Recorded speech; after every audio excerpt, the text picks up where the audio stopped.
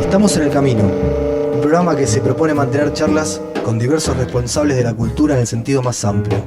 El personaje de hoy es un tipo difícil de encasillar. Él es periodista, es cineasta, es historiador y más también.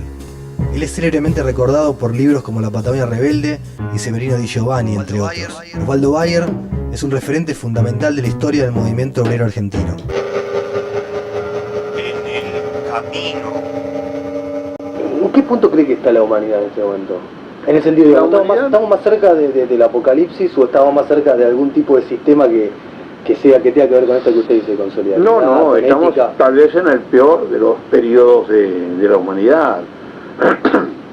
Estamos, por ejemplo, con países realmente muy fuertes que tratan siempre de solucionar sus problemas con armas, con bombardeos, con la matanza de gente, como es Estados Unidos ahora en el caso de Irak.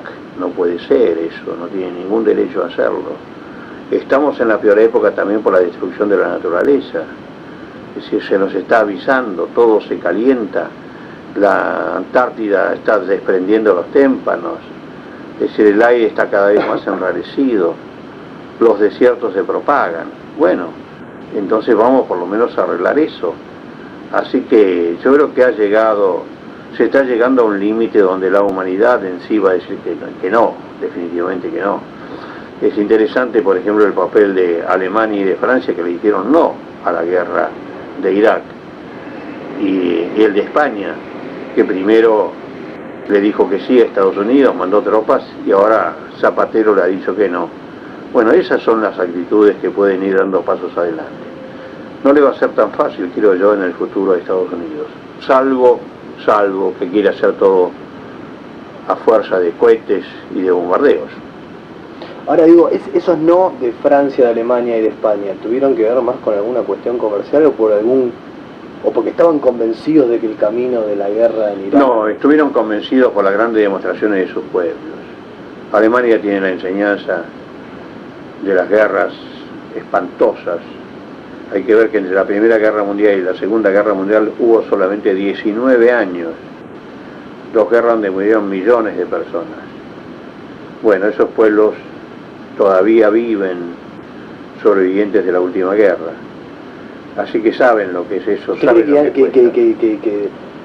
que determina, o sea, que la gente de Europa aprendió de la experiencia y hoy está en otro punto con respecto al resto del mundo. Sí, han aprendido. Yo no creo que sea posible que, por ejemplo, Alemania y Francia manden soldados a una guerra de agresión.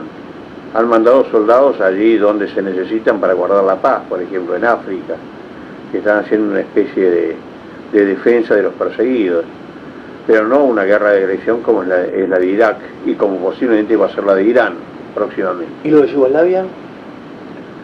Bueno, lo de Yugoslavia fue realmente algo... Digo, en esto tuvo que ver también los gobiernos europeos. Tuvieron mucho que ver los gobiernos europeos. Y hasta los sectores más progresistas de los gobiernos europeos. Bueno, no tan así, pero sí, evidentemente fue... Lo que ocurre que eso fue una cosa tan descabellada, que unos creyeron que iban a defender allí a la gente y no la fueron a defender a la gente. Sí, yo creo que Yugoslavia es el último de las grandes equivocaciones europeas, o por lo menos de esos dos países centrales. Inglaterra llama la atención, el Partido Laborista nada menos, aquel partido que se negaba a la Primera Guerra Mundial, hoy resulta de que justamente son los que más impulsan con Estados Unidos la guerra contra ciertos países árabes.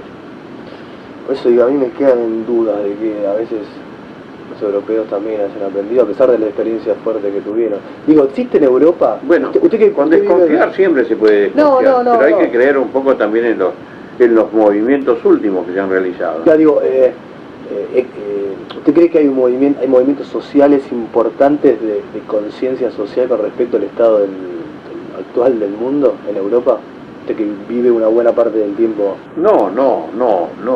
Y eso es lo más que hace pensar más. Es decir, por ejemplo, hay gravísimos problemas. Alemania tiene un problema de 5 millones de desocupados que no puede resolverlo. Por primera vez hace 3 años que está en déficit con el presupuesto, lo han multado en Europa.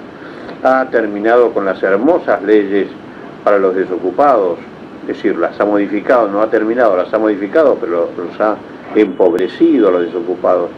Ha modificado tremendamente el seguro de salud. Antes uno pagaba 200 euros por mes y realmente tenía la absoluta protección del cuerpo, hasta los anteojos, las dentaduras, todo eso iba gratis en el seguro. Ahora ya no, ahora hay que pagar cosas como los anteojos, hay que pagar ciertas dentaduras, etcétera. Es decir, todo, en vez de ir para adelante, va para atrás. Estados Unidos tiene un problema tremendo de la economía, una deuda interna muy grande, y eso creo que le va a obligar a pensar un poco que las agresiones cuestan mucho, lo que cuesta todo ese mantenimiento de soldados en Irak, por ejemplo. Pero digo, el sistema económico americano o la economía norteamericana tiene un gran sustento en las guerras como forma de instrumento económico, digo, no es sí, no, sí, ellos sí, sobreviven en función de esa guerra también. No siempre, es decir, los comentarios son muy grandes de que las pérdidas sociales en Estados Unidos va a haber que pararlas porque realmente puede haber reacciones. Es decir, se está discutiendo ese déficit que tiene Estados Unidos y no sé cómo lo va a reparar, no sabemos, es decir, conquistando a otros pueblos, tal vez quedándose con el petróleo, pero bueno, y eso es justo. ¿No va a reaccionar Naciones Unidas? ¿Cómo se va a arreglar eso éticamente? Vamos a ver. Es decir, ningún crimen puede quedar impune. Así que veremos. Es decir, se han iniciado grandes movimientos de protesta contra la ocupación de Estados Unidos. La gente ocupa las calles. Yo estaba en Europa cuando se inició la guerra de Irak y las calles fueron ocupadas por la gente, ¿no? Impresionante. Yo vivo en una pequeña aldea cuando estoy en Alemania, cerca del Rin. Bueno, y toda la gente salió a la calle y dijo no a la guerra. Después estuve en Italia 3 días después y realmente también todas las ventanas tenían la palabra pace, la bandera con la palabra pace. Desgraciadamente, bueno, después se eligen a Berlusconi y se viene todo abajo. ¿Y ahí qué pasa? Claro. Ahora digo, ¿no es una cosa medio recurrente como que a lo largo de la historia las distintas revoluciones o los distintos cambios de poder terminaron siempre con esta cosa de la falta de libertad? De que los que toman el poder terminan no respetando la libertad del resto y eso termina llevando el proyecto a cualquier lado. Pero el mundo fue avanzando, debemos decir, pese a las guerras tremendas y todo lo demás. Es decir, por ejemplo, la Iglesia Católica ya no puede hacer la Inquisición, claro, donde se quemaba vivo a todo aquel sabio que decía que no, que la Tierra era redonda. Sí. Hay muchas cosas donde se ha avanzado. Ahora, en el fondo de la son cuestión, regímenes totalmente absolutistas de los reyes.